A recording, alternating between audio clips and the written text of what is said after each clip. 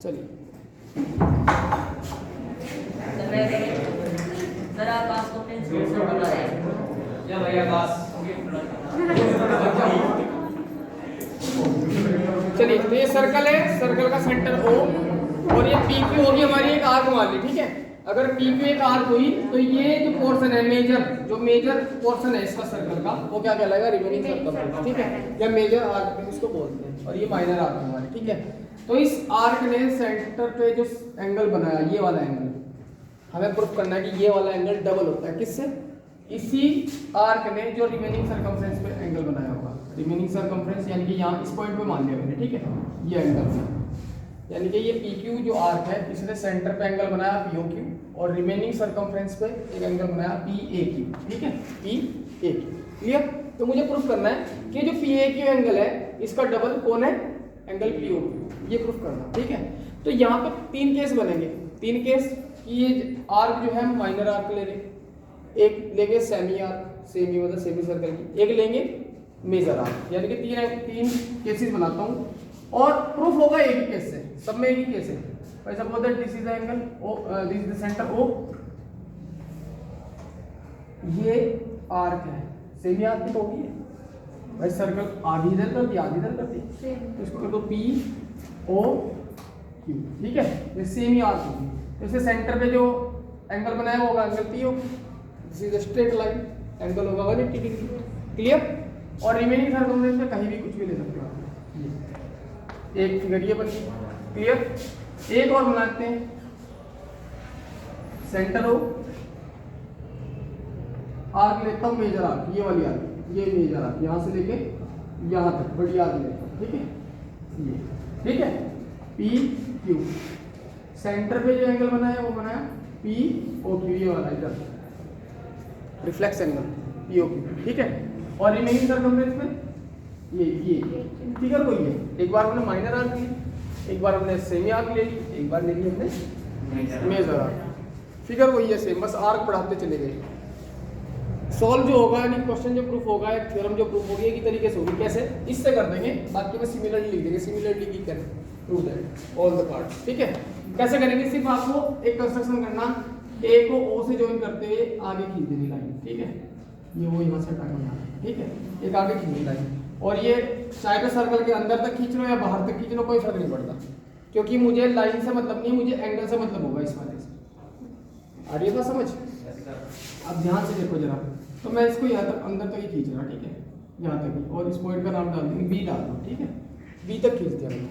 Clear? अब देखो proof करने का तरीका क्या है। O, A और P यानी कि ट्राइंगल OAP कैसा ट्राइंगल होगा?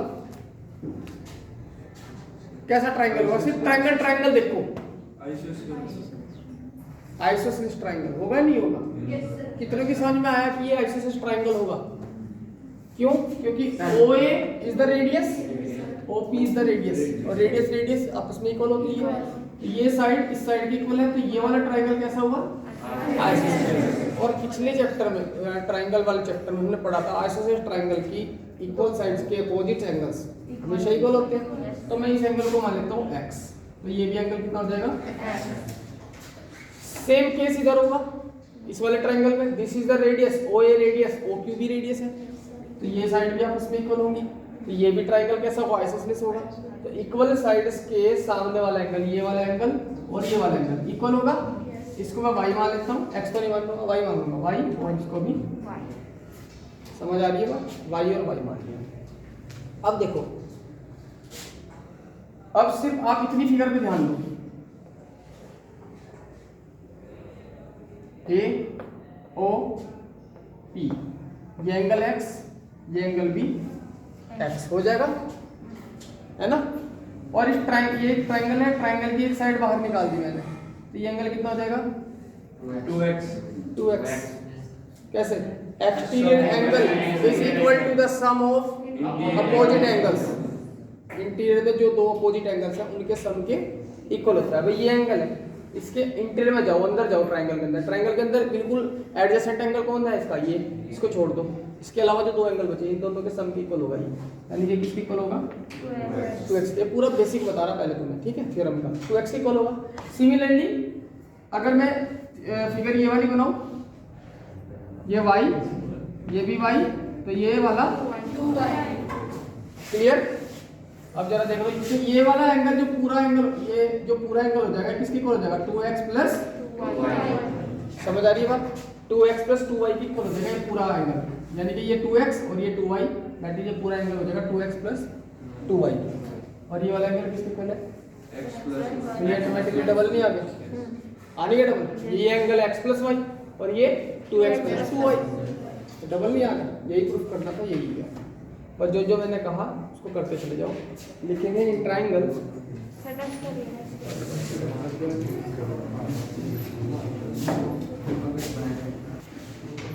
तो लिखने का तरीका क्या है, लिखेंगे in triangle POA, PO triangle की बात कर रहा, since OA is equal to OB, क्यों इक्वल है, ठीक है। और ये बात समझ में, so angle OAP is equal to angle OPA is equal to x let कर लेंगे, x लेट कर लेंगे, ठीक है। Similarly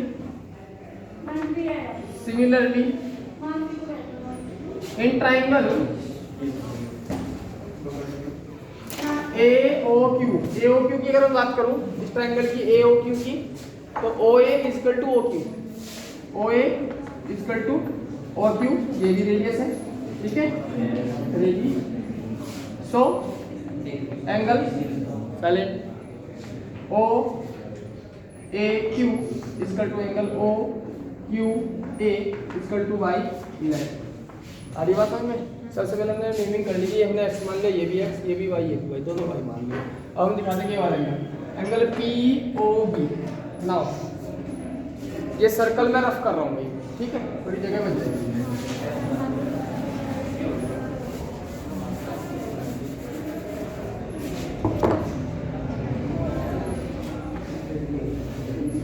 now angle POB equal to angle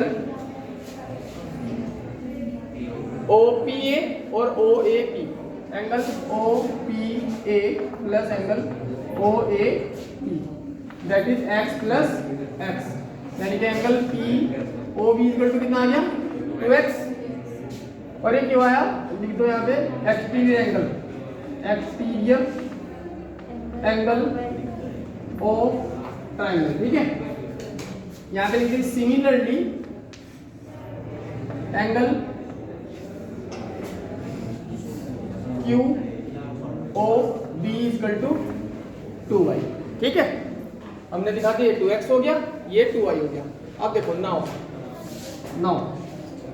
angle PAQ equal to कितना होगा, x प्लस वाई इक्वल होगा, ये पूरा x प्लस वाई होगा, and angle POQ equal to 2x plus 2y, और करके लिख देंगे इसे angle POQ equal to 2 common ले लो, x प्लस y बचेगा,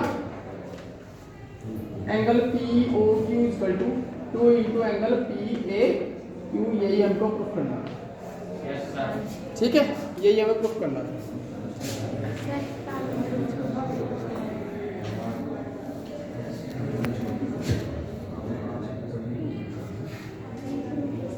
ठीक है, angle POQ equal to 2 into angle PAQ proof कर दिया हमने इस वाले पार्ट से। लिख देंगे similarly we can prove the second and third part, इसमें भी ऐसे ही लाइन ड्रॉ करना कंस्ट्रक्शन वाली, प्रूफ हो जाएगा। क्लियर ना, कर लोगे। एक और थ्योरम कराता हूँ।